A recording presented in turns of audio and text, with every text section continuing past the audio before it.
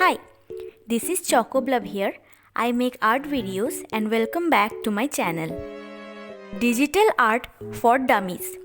This is a series that I have created for all the beginners out there, and it's gonna be everything you need to know from sketching, drawing portraits, coloring, references, art style, and many more. Make sure to stick around for more content like this. As my how to draw BTS chibis video was heavily appreciated and you guys found that helpful, I really hope this series will help you as well.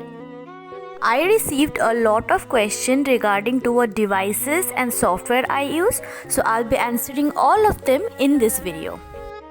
Before actually starting the video, quickly let me tell you about my digital art journey.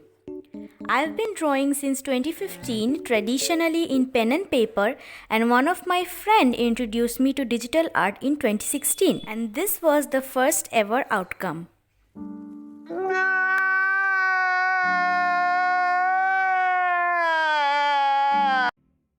Honestly, that sucks.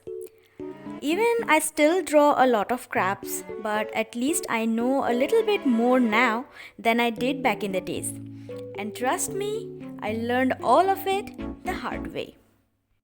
Now, let's take you from this to this.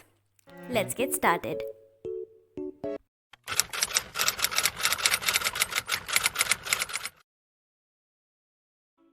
Today, I will talk about the least interesting but most basic and important topic, which is equipments. This video is divided into two parts, hardwares and softwares. Let's talk about hardwares first.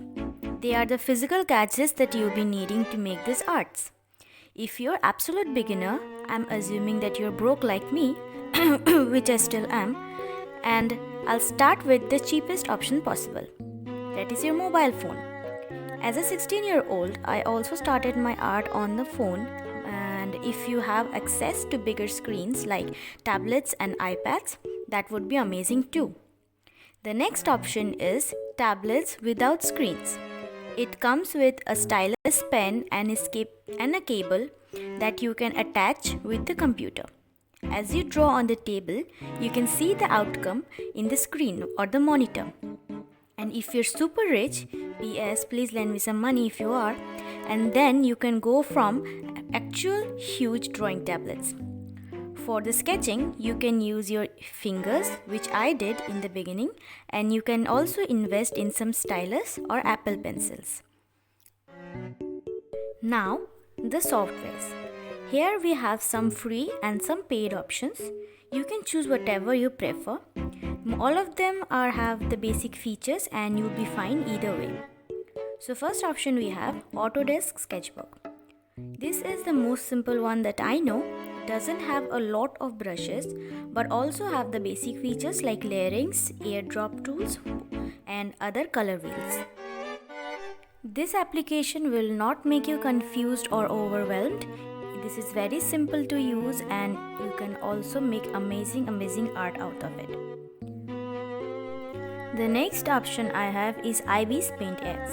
This is what I use. I've been using for it a long time and I still use, and I have no intention to change it or replace it with anything else because I love it that much. This is also a free and you have a paid option for that if you want to have Prime membership, but I use the free one because I told you guys I'm already broke. IBs have an insanely big collection of different kind of brushes and stamps and tools. It do come up with a color wheel, which most of the software have. It have the magic tools. On the next video, I will show you guys how to use the application, the Paint X itself, so you guys know the features and the tools. But we have other options like Medibank Paint. In case you want to check out the higher end softwares, you can go for Paint Tool Sai, Photoshop, Krita and so on.